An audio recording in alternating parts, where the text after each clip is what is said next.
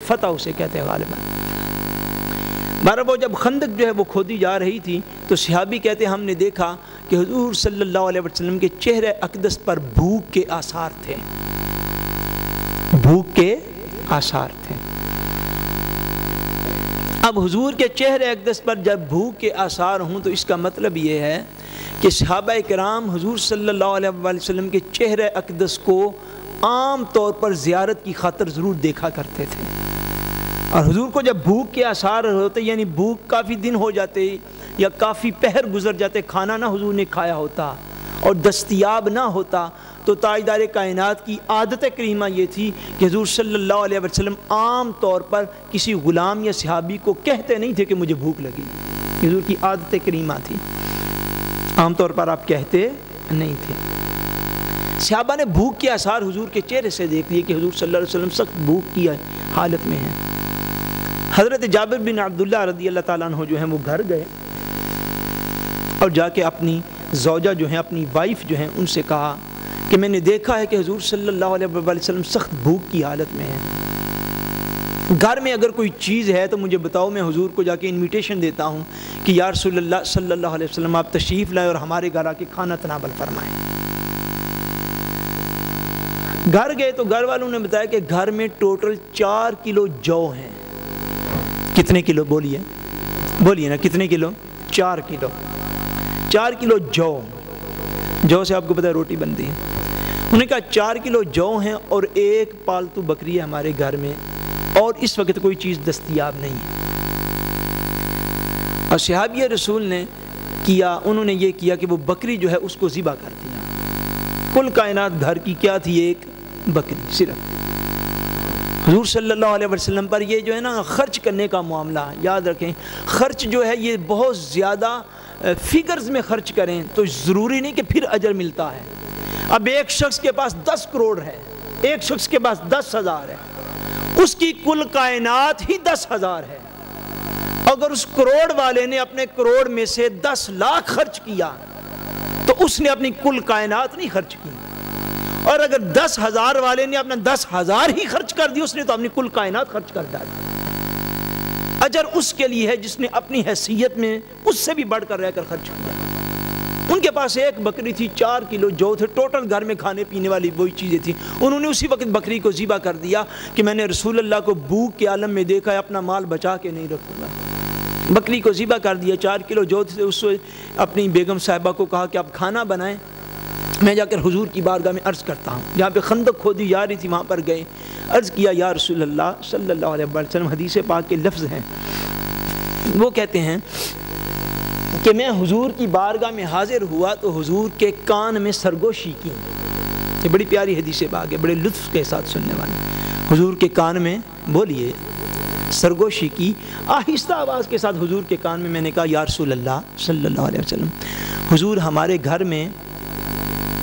4 کلو کے قریب آٹا موجود ہے جو کا،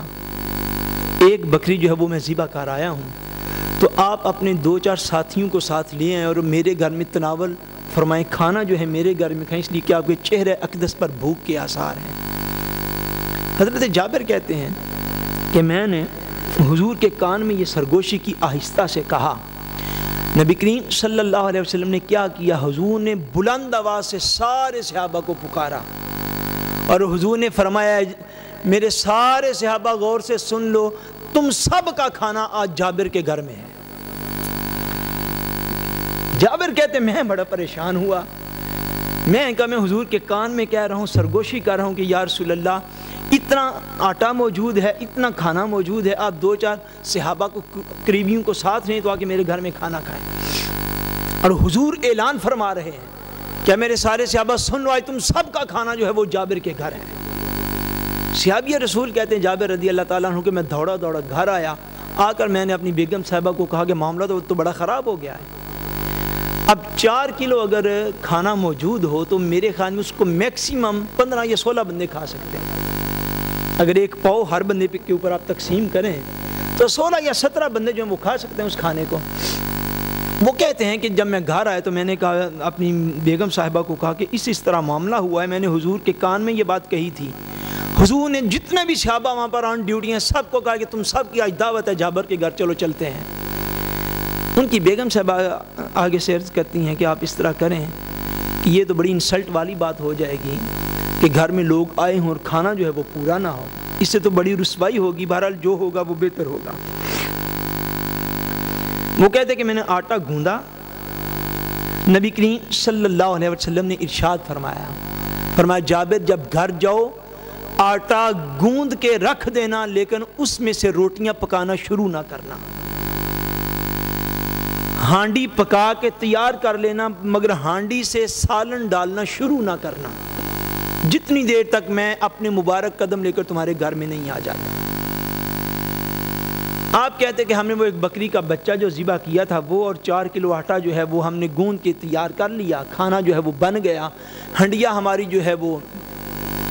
آگ کے اوپر موجود تھی کہ نبی کریم صلی اللہ علیہ وسلم اپنے صحابہ کو لے کر تشریف لائے تو حضور نے کیا کیا؟ فرماتے ہیں آپ فَبَصَقَ فِيهَا وَبَارَكَ فَأَخْرَجْتُ لَهُ عَجِينَةً فَبَصَقَ فِيهَا۔ فرماتے ہیں حضرت جابر کے نبی کریم صلی اللہ علیہ وسلم نے کیا کیا کہ حضور نے جو گوندا ہوا آٹا تھا، حضور صلی اللہ علیہ وسلم اس کے پاس کھڑے ہوئے اور حضور نے اس آٹے کے اندر اپنا لعاب دہن شریف ڈالا، اپنا لعاب دہن، اپنے منہ کا تھوک مبارک جو ہے وہ اس کے اندر ڈالا۔ پھر کیا حضور نے فرماتے ہیں کہ حضور نے وبارکا، اور حضور نے اس آٹے کے اوپر کھڑے ہو کے برکت کی دعا فرمائی۔ پھر تاجدار کائنات نے اس ہنڈیا کا جو منہ ہے اس کو کھولا، ثم عمد الی برماتنا فبصق فیہا وبارکا، فرماتے پھر حضور نے اس ہنڈیا کے اوپر سے ڈھکن کو اٹھایا، اس کے اندر اپنا لعاب دہن ڈالا اور اس پر برکت کی دعا کی، حضور نبی کریم صلی اللہ علیہ وسلم کا لعاب دہن جو ہے اس میں اللہ تبارک و تعالیٰ نے ساری کائنات کی شفائیں رکھی ہوئی تھی۔ کبھی کسی بندے کو، جو بندہ بہت زیادہ دین کے ساتھ اٹیچ نہیں ہوتا، بعض اوقات اگر کبھی کبھار کسی نے یہ بات سنی ہو تو اس بات کو یہ سمجھ لینا عقیدے کے طور پر کہ تاجدار کائنات صلی اللہ علیہ وسلم کا جو جسم اطہر ہے، حضور کا، بولیے نا، جسم اطہر، حضور کا جو مبارک بشری جسم ہے، حضور کا جسم جو ہے وہ ملائکہ کی نورانیت سے بھی اعلیٰ ہے، حضور کا جسم پاک ملائکہ کی نورانیت سے بھی اعلیٰ اور افضل ہے۔ اسی لیے تو نبی کریم صلی اللہ علیہ وسلم ساری کائنات میں کسی انسان کو پسینہ آئے تو اس کے پسینے سے بدبو آتی ہے، حضور کو جب پسینہ آتا تھا حضور کے پسینہ سے خوشبو آیا کرتی تھی، اور حضور کے منہ کا جو لعاب ہے یہ ساری کائنات کے لیے شفا ہے، ساری کائنات کے لیے شفا ہے، اس لیے کہ وہاں پہ نظام اور ہے۔ کسی بھی معاملہ جب میں نے یہ عرض کر دیا ذمہ داری کے ساتھ کہ ملائکہ نور سے بنے ہیں اور ان کی نورانیت جو ہے وہ بھی جسم اطہر مصطفیٰ سے کم ہے، حضور کے جسم اقدس کی بشریت سے بھی ان کی نورانیت بھی کم ہے۔ نبی کریم صلی اللہ علیہ وآلہ وسلم نے اس آٹے کے اندر اپنا لعاب دہن شریف ڈالا، پھر برکت کی دعا کی، ہنڈیا کے اندر لعاب دہن شریف ڈالا، پھر برکت کی دعا کی۔ حضرت جابر کہتے ہیں وہ جو 4 کلو آٹا تھا ہمارا اور وہ جو 1 ہنڈیا ہم نے بنائی تھی، فرماتے ہیں اس میں سے اس روز غزوہ خندق کے موقع پر اس دن 1000 صحابہ تھے۔ کتنے؟ 1000 صحابہ تھے۔ فرماتے 1000 کا 1000 صحابی ہمارے گھر سے آ کر کھانا بھی کھا گیا، اور بعد میں جب حضور صلی اللہ علیہ وسلم تشریف لے گئے تو ہمارا آٹا جو تھا وہ بھی 4 کلو کو 4 کلو تھا، اور ہماری ہنڈیا بھی اسی طرح پوری کی پوری تھی۔ یہ حضور کا معجزہ بھی تھا اور کھانے کے اوپر برکت کی دعا کا ثبوت بھی تھا کہ حضور نے بارکہ کے لفظ 2 دفعہ اس حدیث پاک میں کہ کھانے پر برکت کی دعا فرمائی۔ اور ایک اور مقام پر اس سے بالکل نیکسٹ ون جو حدیث پاک امام مسلم نے اس مقام پر جو ہے وہ درج کی ہے، اس میں اور زیادہ وضاحت کے ساتھ یہ بات جو ہے وہ کلیئر ہو جاتی ہے کہ حضور صلی اللہ علیہ وسلم نے کھانے پر اللہ کا ذکر کیا، کھانے پر حضور نے اللہ کا ذکر کیا ہے. اور یہ حضرت انس بن مالک